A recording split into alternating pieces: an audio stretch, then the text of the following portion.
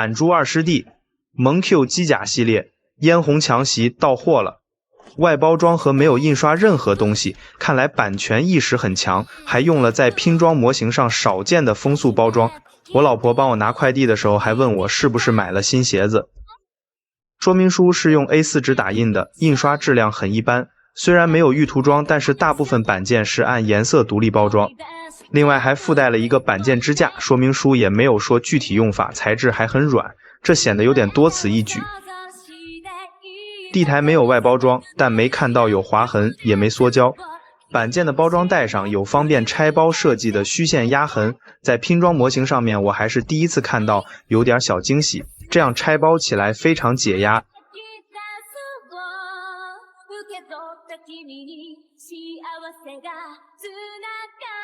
板件数量不算少，算上地台和光束军刀特效件，一共有21块板件。水贴的印刷也很一般，和 HG 答辩模型附带的没什么区别。板件的质量还算不错，上面的细节没有出现糊掉的现象，浅色的零件看上去也没有出现肉的情况。黑色的板件表面能看到有做了一定的磨砂处理，细看有一点铸铁的感觉。电镀零件的效果很好，摸上去的感觉相当厚重。透明件的通透度也不错，光束军刀特效件上也没有气泡。板件的编号没有用常规的英文字母排列，而是采取了板件颜色的文字加字母的组合，这样其实在颜色相差不大的板件中找起零件来更麻烦。说明书的拼装说明不太直观，需要有一定的理解能力。下面简单给大家演示一下拼装流程。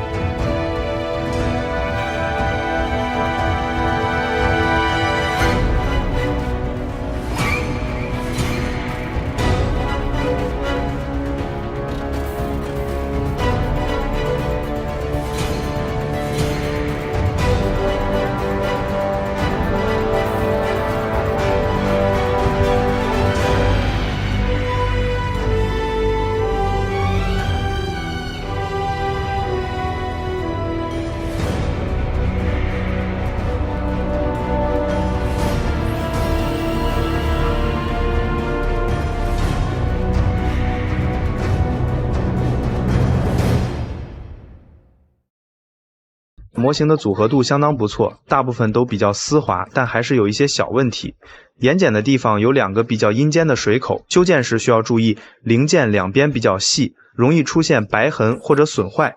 监视器的外甲可能会出现安装不进去的情况，原因是银色的骨架零件会出现一点虚位，需要稍微顶开一点点才能装上。深灰色20号零件有一个内部流道，需要剪掉才能安装。脚部 C10 的零件说明书上已经是安装好的状态，没有标注安装步骤，比较容易遗漏。肩甲的联动结构按照说明书的方法不太好安装，这里建议先把黑色 C3 和 C7 零件组起来，再把 C5 零件按方向插进去，最后再安装剩余零件。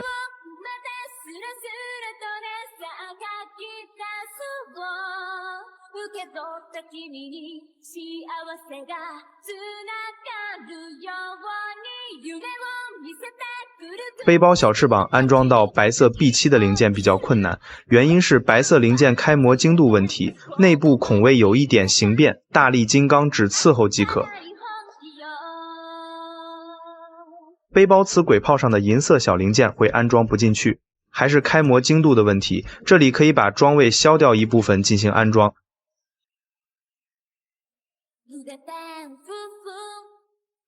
地台上有一个梯形的大水口，不去掉地台不能平稳安放，因为面积比较大，直接用水口钳剪容易缺肉。不过因为材质比较软，这里我直接用笔刀切身后用手掰掉。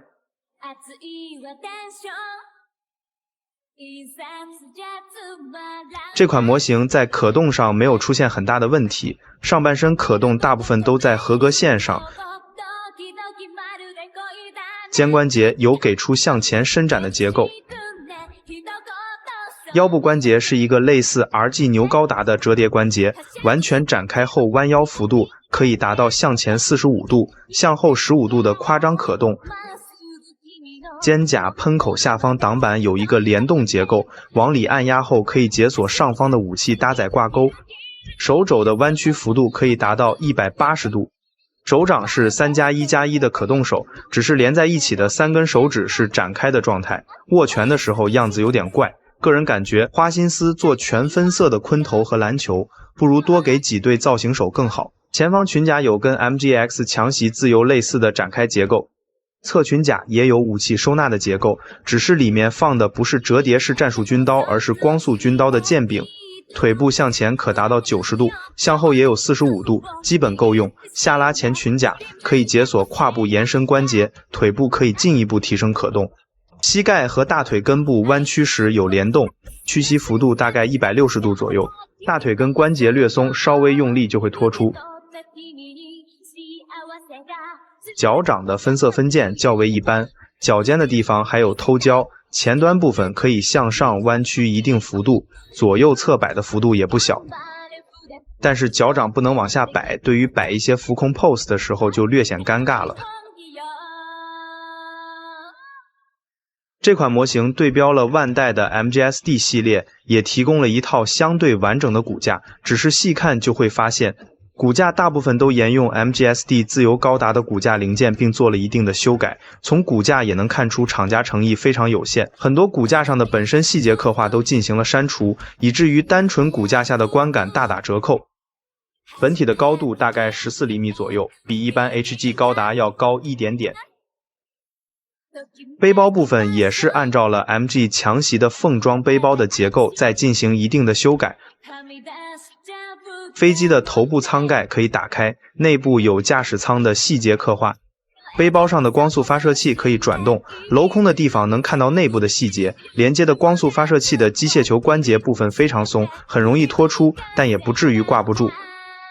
背包的搭载方式也跟 MG 一样，抽拉出飞机头部，摆放到下端就会露出连接卡榫，跟主体背后进行连接后就完成搭载。武器部分，一把光速步枪，前端可以抽拉延长，把瞄准镜往前拉出一点，可以打开枪身，内部有简单的细节刻画。2把不可折叠的破甲者战术军刀，一个盾牌，盾牌上的固定挂钩和握把有一定的可动。一把大型斩剑刀，刀上有3个固定口，可以实现双手握持。背包上还有一把光速斩剑刀，所有的武器都可以通过地台附带的连接件进行收纳。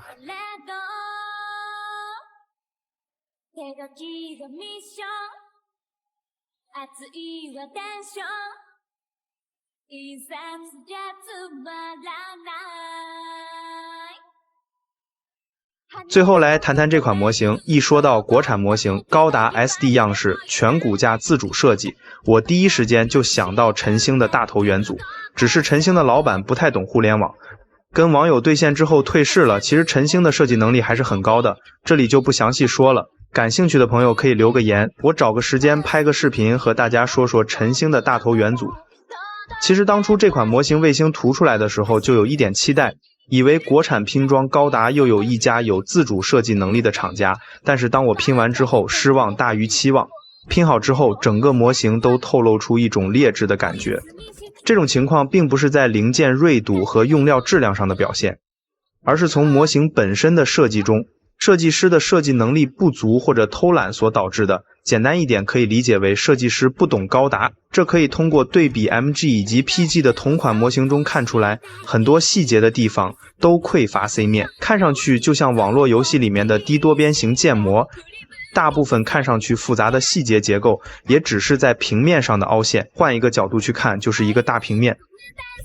与其做鲲头这种可有可无的东西，不如好好去做好模型本身，不管是对玩家还是对模型的销量，这才是最好的选择。至于价格，不管是一开始的128元还是现在的99元，厂家的定价还是过于自信了。抛开上述所说，单论拼装手感来看，在一众国产模型当中也算是 T0 级别的存在。还有在包装上的小心思也算是一个小小的加分项，但这也只是选择了比较好的代工厂而已。对于这款模型，大家有什么看法？欢迎在评论区里留言。本期视频就先到这里了，我们下期再见。